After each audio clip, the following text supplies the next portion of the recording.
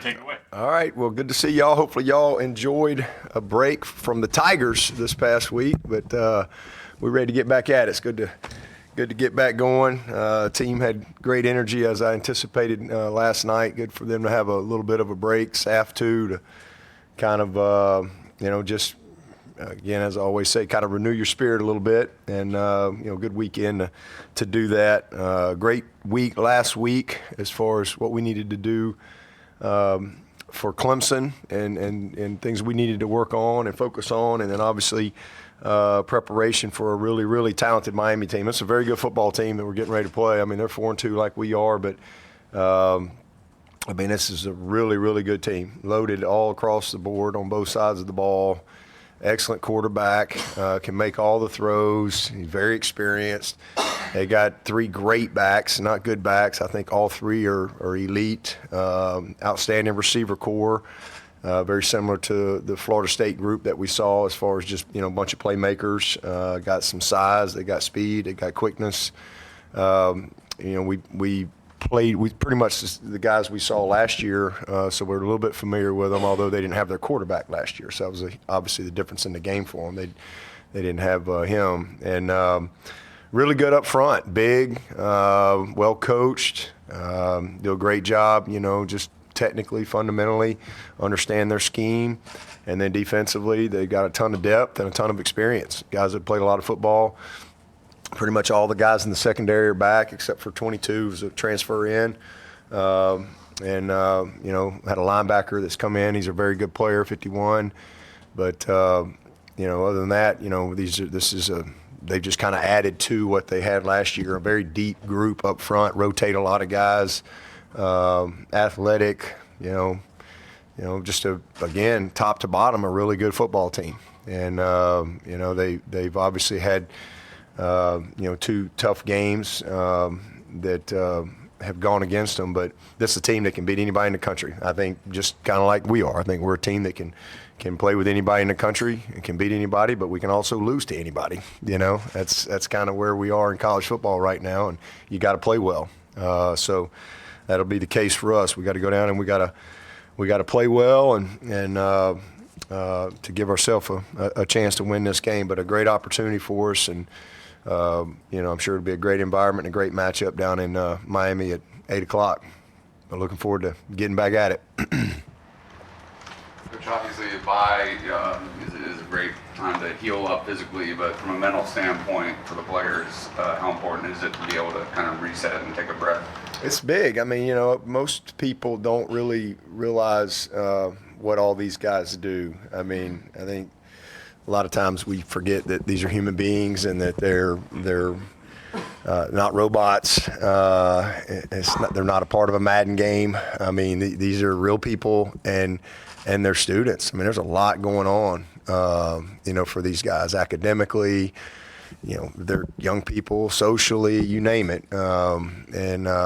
They've been grinding, for all summer, and then you go through all camp. Now you got 6 weeks, and you got performance and expectations and all these. It's a lot on these guys. It's a lot on anybody. So it's great for them to be able to just kind of get a break. And again, I thought they did a great job last week, and we've created a little bit of momentum these last couple ball games, and that's something that we certainly hope to be able to continue. But we've got to go earn that, and we got to go play well. But I thought they had good spirits to them last night, and and the biggest thing is just we're a pretty beat up football team, in that Wake Forest game. When we had Antonio Williams for 3 games, Nate's out, Sheridan's out. I mean, we obviously Cole Turner has played 1 game, he's out for the year. We lost Walker Park, so it's good to be able to get that break when it came, because now we anticipate having everybody. With the exception of course, Walker and Cole starters will be out for the year. So I think mentally and physically we're probably in as good a spot as we've been, since the beginning of the season. Is there a tangible growth that you think the team has made over since, the Wake Forest game, or is it mental, physical, and that's really the best you can even ask for? Since the Wake Forest game, yeah, I think there's a tangible growth, but it's I mean, it is tied to just the physical aspect of it, and the physical aspect of it affects the mental aspect of it. Certainly we've done some things, within our practice and within our meetings that and not just football stuff, but just what we do. Like we had community service last Tuesday. And I think that's a tangible thing that you can see when you see guys serving, So I think that's a part of growth. But I think the biggest piece of it is just the physical aspect and how that impacts you mentally. And so, we've got a long way to go. We got 6 more tough days ahead. And again, I think we're a team that can win any game, but I think anybody can beat us too. I mean, I think that's kind of where we are, and we got to play well. And so hopefully we can stay healthy and continue to add some momentum to what we've done the past couple games. Number 7 for Miami, Restrepo, slot receiver. He's a player. Slots you'll see all season. Yeah, and he played last year. In fact, I think he was the backup to Zero last year, and this year they both play a ton, and both of them are really good players. 3's really good; he can fly. 4's a really good player as well. He's their big guy, but 7 is. I mean, they've spread the ball around pretty good, but he's the guy that seems to be they want to force the ball to. And whether it be motioning him, creating bunch sets, moving him around, they do a good. He's an excellent slot. He's savvy. You can tell he's played a lot of football. He really understands the nuances of defense. He understands the nuances of route running, and he's got excellent ball skills. And he's a tough kid. I really like him. I like his game a lot. He's an impressive player, and so yeah, he's a handful. We got to do a good job in knowing where he is and winning that matchup. Coach, as you mentioned, Van Dyke didn't play last year. He had a great freshman season, had a rough season, sophomore campaign, but playing great this year. Yep. How much of that do you think is due to just his maturity and growth, and how much with the new offensive coordinator, Coach Dawson? Yeah, I think both. I mean, obviously he's healthy, and he's certainly a much more confident, mature player. Just going through the progression of his career, I think their coordinator's done a great job in really using all the pieces. I mean, they're a physical team. They're rushing for 190 a game, and they're throwing for 310, so almost 500 yards a game. I mean, this has been a very explosive and experienced group. But it starts with him. I mean, he understands, their system, where to go with the ball. He's not a guy that you think of as far as going to break long runs, but he can create. He's athletic enough to extend plays, and then he can make all the throws. I mean, he can rip the seams apart. He can throw it on the outside. They do a lot of screens, a lot of screen game. He's got a good feel for those plays and setting those up. So he's a good football player, big kid, and we got to try to affect him. That's just what it comes down to. Yeah, but it seems like there's a lot of teams out there that can beat anybody, but also lose to anybody. Yeah. Was that reinforced to you sitting and watching games over the weekend? Yeah, man. I mean, it's college football. I mean, anything can happen in college football, especially today's version of college football. I mean, it's a battle every single week. I mean, it doesn't matter who it is. Anybody can beat anybody. Truly. I mean, there's not many teams that can just show up. So, and we're a team, like I said, I mean, we're, a couple plays from being undefeated, and that's just a fact. We've played really well for the most part throughout the year in the things that you have to do to win games, whether it be physicality, toughness, belief, attitude, discipline, those type of things, being able to win in the line of scrimmage, running and stopping the run. We've done a really good job in those areas. Third down, we've been a really good third down team all year, but we just, we've had a couple of tough breaks, and we've played good teams, and they've made one more play than we have. But I really think this team, based on how they play, can play with anybody. But we're not a team that can just show up and not play well. We don't have to play perfect, but we got to play well to win games against the teams that we play. This is a really good league. Everybody we play, I think, has a chance to win every single week, and I think you see that across the country. Really all over, and so. You got to show up, got to be ready, and then at Clemson, we're going to get everybody's best shot. You just know that. It just comes with being the Tigers. It doesn't matter if the team's 1-6 or undefeated or it's a noon game or a night game.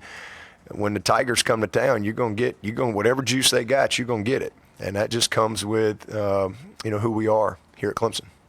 So you got to be ready for that. You mentioned Antonio, Nate, and Sheridan. What did all three of those guys kind of get done or do from the last game to this, where you feel so good about them? They just healed. We just wrapped them in bubble wrap, and now those guys. Well, Nate's been grinding for a couple. Did he miss 2 games? He missed 2 games. So he's just been grinding through his rehab and doing what he needs to do. And he was really close against Wake, but couldn't quite go like he wanted to. Same thing with Antonio. So just time. And just continuing through the rehab process. Our doctors and all them have done a great job. And then Sherry was just a really weird situation. And so we've gotten all the tests back and all that stuff all checked out. Good for him.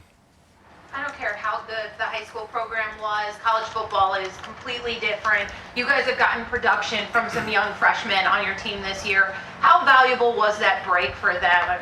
Thinking of so many guys right now that are producing. Have you seen kind of a reset, a refresh, or even just a breath of fresh air for them? Yes, and that's so true. It's a huge change. Again, and we've had a lot. Ever since I've been a head coach, we've had a lot of freshmen that have had a lot of success for us. We've had freshmen start at just about every position on our roster, maybe every position. But it is a toll. When you're talking about the tutorial program, Triple E, the requirements there from a study hall, the way our provost is run here, the provost runs our academics and the requirements there. It's a lot on these guys. That's why we, one of the top in the country when it comes to graduation and academics from a football standpoint. The training, they're over here at 6 a.m. training, getting their workouts in. It's class. It's treatment, it's prep, it's meetings, it's practice, it's post-practice. It's study hall. It's a lot. And, you're away from home. And then sometimes it's injury, or maybe you're having a great freshman year and that's great, but man, that can be overwhelming too. Or you're a guy that's redshirting and not playing, and that's overwhelming too, because it's the first time you really you're like a man without a country, right? These kids have never really been in that situation. So it's a lot on them mentally. And that's why we really pour a lot of resources into these guys and try to really stay connected to them and help them and identify guys that need, we got to make sure we keep our arms around them because it's a lot. It's a lot. So I think the break is good for everyone. But especially those guys, maybe it's a chance to get home or just kind of catch their breath and just break the monotony of what you're doing and maybe take a look at the big picture and evaluate where you are and then reset. Coach, was Robert kicking field goals again last Yeah, he's back. Yeah. So it's good to see him back out there because, again, I hadn't seen him kick a field goal in a few weeks. So he's back out and he actually started last Wednesday, I think. Was the first time they started letting him kick again, field goals. So good to see him back out there, and hopefully we'll be able to create a little competition there and have a little more confidence moving forward. Coach, you played a night game down there at Hard Rock last January. How much does having a little familiarity with the environment help? I think it's good. I got something in my contact. I don't know what it is. I think it's good for the guys that have been there. I mean, it's fun to be able to play in a pro stadium. I think guys always enjoy that.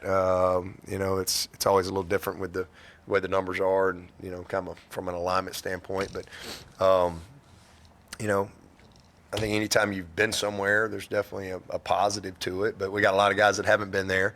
But I think anytime you can go down there, it's a beautiful place. It's a fun environment. But again, anytime you can play in a pro stadium, I think it's something that the guys, they see the Dolphins playing all the time, and it's just like when we go up to Charlotte and we get a chance to play in that stadium. It's just a neat environment. Going to Atlanta last year, those are just, again, these are young people that have dreamed of playing college football, and a lot of them dream of playing pro football, and now you're getting a chance to do something that you love to do. And you're getting to do it. You're getting to get on a plane and fly and stay at a nice hotel, and not everybody gets to do that across college football. So we're really blessed here at Clemson. And then you get the chance to play in this pro stadium where a lot of the best play. So I think it's something that they all look forward to. But we're got to play well on the road. Obviously, we got a couple road games coming up, and we're gonna have to play well to have the type of finish that we want to have. I guess speaking of Miami, Lil Barnes was one of the guys that went down with you guys during bowl prep. What kind of tangible difference do you feel like that made for him in terms of his progression from that to the spring to where he is now? We had Shelton, Khalil, Ian, Burley. We had a few go down there, and I just think it maybe accelerated their familiarity with the team, and just being able to just be around some practice tempo and things like that was good for them. They were limited a little bit in what they couldn't do, but regardless of had he come in for the bowl prep or not, it wouldn't have made any difference. He's a baller. He could have showed up in June and he'd have been just fine. Like Tyler Brown. He wasn't here in January. So I think it helps some guys, and some guys, regardless of whether they come in January or June, they're going to need a little more time to get ready. What is it about him as a football player? Is it just football IQ, or is it just something about his work ethic? What is it allows? Well, first of all, physically he's gifted. I mean, he's not an immature body, physical body. I mean, he's physically pretty mature kid. That helps him for his position. And then it's definitely his football IQ. He's very smart. He understands the game. He came in here with a great foundation. He processes things well. He could really play three positions for us. And there's not many guys that come in right away that can do that. And so that's what makes him unique. And then it's the things you can't see. You can see him run and jump and all that, but it's just who he is as a person. It's how he thinks. It's his heart. It's how he prepares. It's his love of the game. Those are things that are harder to see, but those are the things that's what accentuates the physical maturity that he has and the skill set that he has. I mean, he's got the mindset and the heart set to go with the skill set. If that makes sense. This past weekend was a fun one to watch, college football. And Wow. got teams blowing 29-point leads and just crazy stuff everywhere.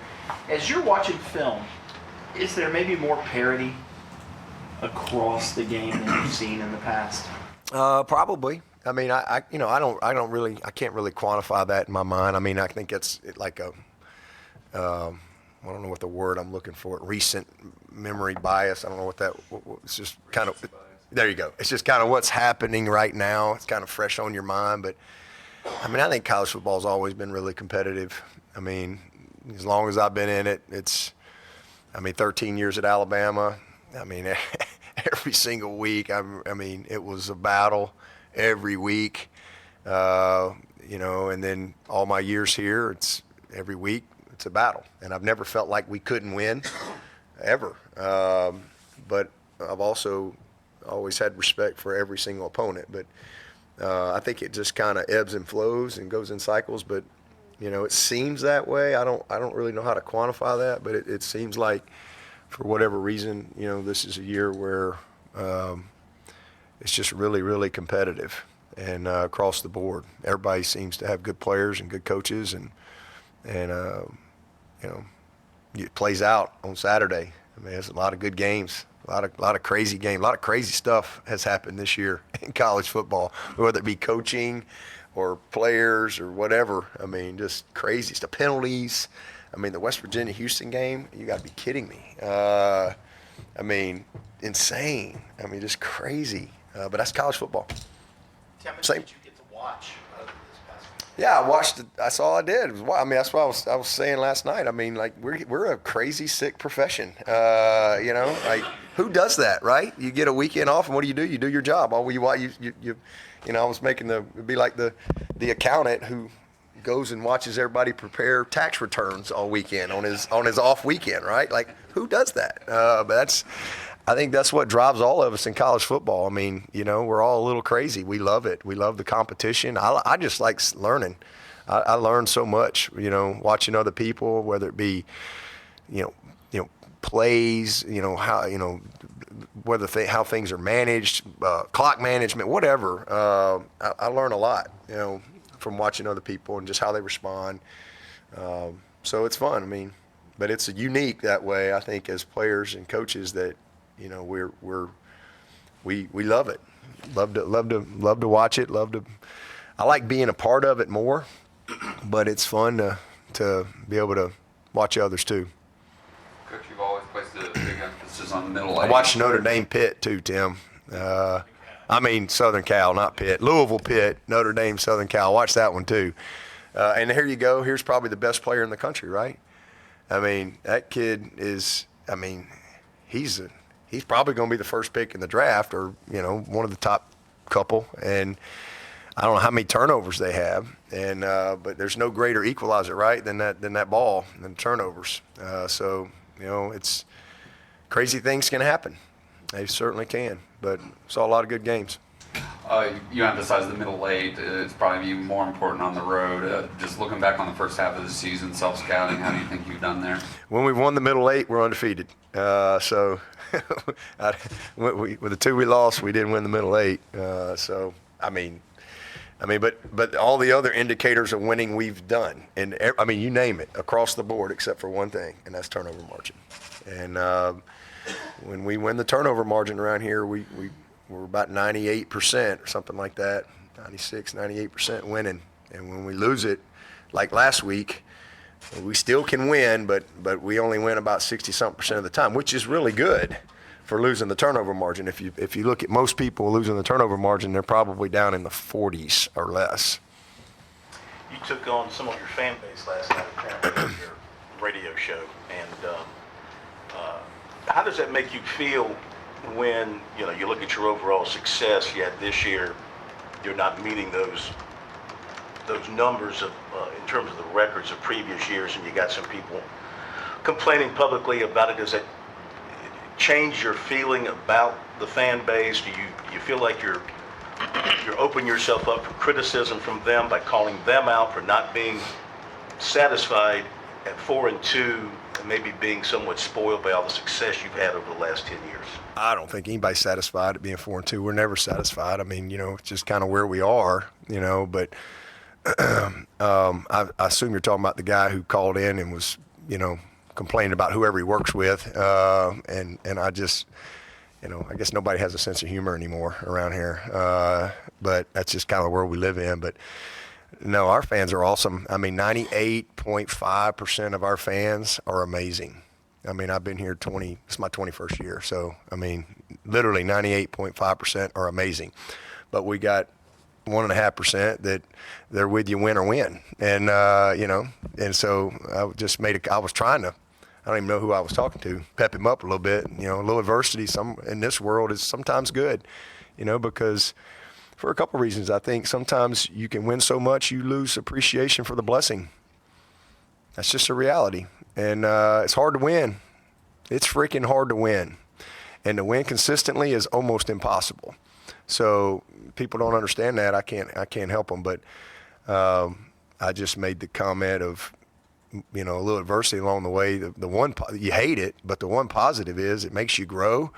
But you also learn kind of who's with you. And that's a good thing. That's good.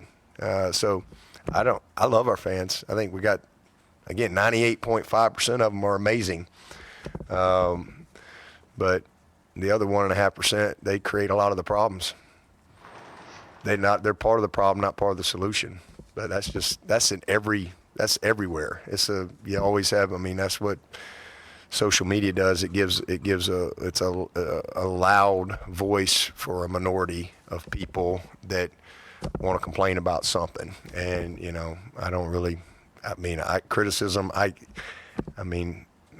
my 21st year here, okay? 13 years at Alabama, I've had plenty of criticism, and as long as I'm doing this, I'll continue to get criticism. I've been married for 29, going on 30 years. I've had plenty of criticism along my way.